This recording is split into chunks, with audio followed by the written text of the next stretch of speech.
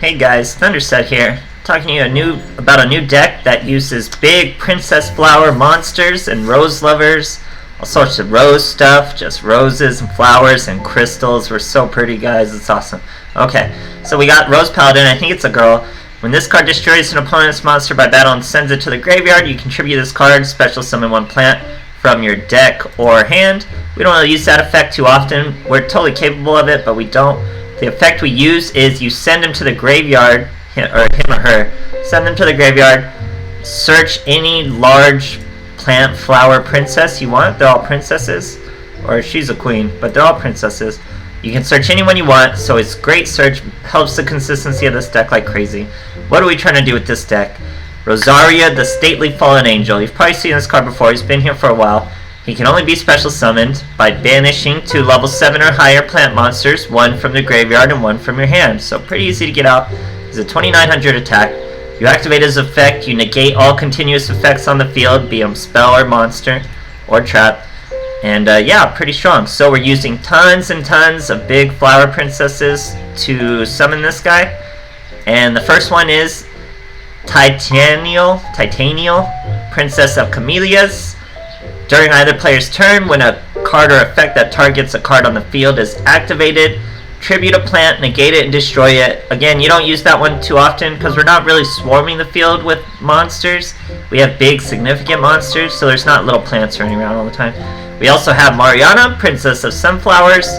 If exactly one other plant type monster is destroyed, you get to destroy a card in the field. Again, we don't have many plant monsters we want getting destroyed, so we don't use that effect too often.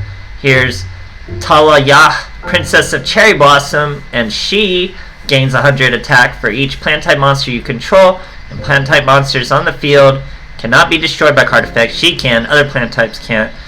Again, you usually have 1 or 2 plant type monsters out, so hers is a little useful, but other than that, then we're having 3 copies of Rose Paladin. This card would be so perfect if it was a plant, but it's warrior, so it's more Paladin than Rose. It sucks. Now here's Rose Lover. She's more lover than Rose. You know what she does? You throw it in the graveyard, special summon any of our big princesses, or this queen. We have Queen Angel of Roses. You contribute a plant. Once per turn, she has to destroy, or you tribute a plant to summon her. Once per turn, you have to destroy the lowest attack monster. You have to, so even if it's just her, you get to lose her. And now, how are we getting our Rose Lovers and our big princesses to fuel this guy into the graveyard? Using Transcendent crystals. So we put 3 Pegasus, 2 rare value, 2 Raigeki. I highly suggest you keep the rare value. You can mess with the Raigeki ratios, stuff like that. But it works great for fueling our graveyard. We have so much we want, pretty much every card we want in the graveyard, so it works out very nice with this effect. It summons super quick, guys. We need a stronger boss plant monster, if that makes sense. Stately Rosario is good, but only in very specific situations. Other than that, he's just 2900 beater, so you kind of need Crystal Geki and stuff like that. But other than that, I like this deck. It's really fast, it's really cool, it's unique, and I hope you guys enjoy the replays. Thanks a lot. So I think it is incredibly safe to say that in my experience in this WCS this year, the most played deck is Ancient Gears. Everyone is just running Ancient Gears like crazy because they have a good matchup versus Subterror. They can stop effects on attack with Reactor Dragon, and he's bigger than all the defense position monsters.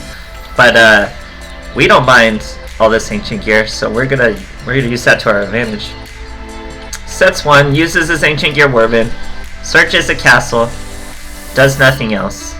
Here we pull into 1 big plant monster, we send her and a Rose Lover to the graveyard, we have a rare value, pull into 2 more plants, so see we had the 1 plant, we pulled into another, and we had our Rosaria, that's a Rosaria on the field.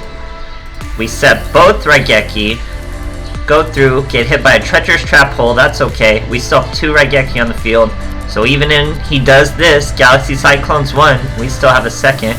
Now he brings out a breaker, now we have to use our Raigeki, go through there, he sets 2 face down, we get a Rose Paladin, use that to bring out a Titanio, Princess of Camellias. That we use our Rose Lover to special summon her. She's immune to traps. Those traps don't matter, it's probably floodgates. We have a Rosario. He top deck a Sphere Karibo, but he's just in top deck mode. Top deck's a Breaker. Breaker can't really do anything. So we throw away 2 more from our grave, get another Stately Fallen Angel. Hit for 1200 anyway. Swarming the board way faster than Ancient Gears, guys. Good stuff. So this deck is crazy fun. The reason I use Transcendent Crystals is because you need so much in your graveyard. Like virtually every card that's not a crystal card is going to be in your graveyard and have a use. So you want to be able to throw it to the graveyard just on command. And this skill's the best at doing it. And then it gives you a little more flesh out for in case you're not like using a real archetype, which we're not here. It's no real archetype. Sorry, let me get to this. It really fleshes this out with drawing power, and Crystal Regeki is destruction. Makes it a real, like a full archetype. And you don't even notice the Pegasus. They're just 1800 beater. So here we throw a Rose Lover and a Rosaria, because we already have a Rosaria. So all we need to do is draw into a big monster. Of course we do. Titania. We banish 2. Use the Rosaria. Special or normal summon our Crystal Beast Pegasus. That causes him to bounce. Super fast stuff, guys. Okay, so finding a Japanese player this time. So this isn't really an archetype. They're all plants and they're all high level, but that does not an archetype make. They all have same names. They're all princesses of flowers and stuff. But again, that's not an archetype. They don't really have much synergy. Well, they do, that they're all plants and they have plant effects. So here it's going to be a quick one. We're going to get a quick OTK. We have all we need in our hand. We're going to throw a Rose Lover and a big monster into the grave. Oh no, 2 Rose Lovers. So we're going to summon Titanio and our Rose Paladin and just destroy a brick. You can't even brick versus deck, guys. It goes super fast, super easy. Don't sleep on it. Okay, we're fighting a Loomis and Umbra, so they're probably using Light and Dark. I don't think I really ran into many Mass Tribute or anything. But I'm probably wrong. Or no, Heavy Starter. Okay. Heavy Starter is a pretty good skill. Here, we just choose to set our Rose Lover instead of going all out setting up our field. We're fighting a Metaphys. He summons the Aloof Lupine, banishes some cards, uses Golden Sarcophagus, banishes another card, uses a Metaphys to search, searches the trap Metaphys Dimension, uses 1 Tyrant Dragon effect, special summons a Daedalus, uses a 2nd Tyrant Dragon effect, special summons a Nephthys, all in our turn. Now it's our turn. We send a Rosario to the grave, use just 1. Now we normal summon our Pegasus, throw out a 2nd, we're going to rare value. Look at this rare value. Perfect. Pull into 2 Rosarias, banish both of them, summon 1, negate effects. Now we have our Rose Lover follow-up. Mariana, the Princess of Sunflowers. Completely break this field, guys. Completely broke his field. He's down to 1 card. We know it's a trap card. Didn't even set it. Connection failed. Great stuff, guys. Cool stuff. Here we're fighting an Italian player. Pretty cool. He's gotten consistent king of games. Let's see. Going second, that's excuse me, it's usually pretty okay with this deck. Going first isn't bad either though, so you could go wherever you want. We're fighting a 6 Sam. It's using asceticism version with Kaigeki.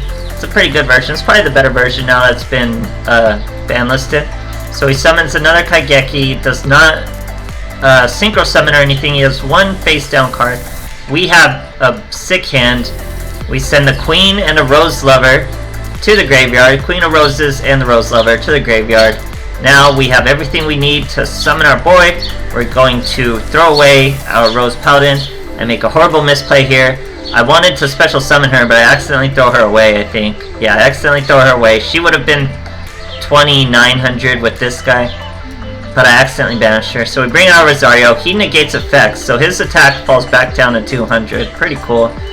Now we Rose Lover out our Princess of Sunflowers, destroy the Fuma. That gives him an Enshi. He probably has a dual wield right down there. He passes to us. We get a Crystal Pegasus, normal summon him, use our Rosario to negate effects, and just swing over him, guys. breaking fields really fast. We got two 2800 monsters on the field immediately with any hand. Super cool. It goes through your plant monsters, so you're not really getting everything on the field. You gotta use your resources wisely. That's why it's good to get Rosaria. You usually want to banish at least one of him in one of your combos, because you're not gonna summon 3. You don't really have the resources to summon 3. So you want to banish him. You want to banish him from your hand or from the graveyard to make the most of your combos. But other than that, once we get stronger plant monsters, we're gonna have so much plant support. It's gonna be really cool stuff, guys. But thanks for watching. See you again.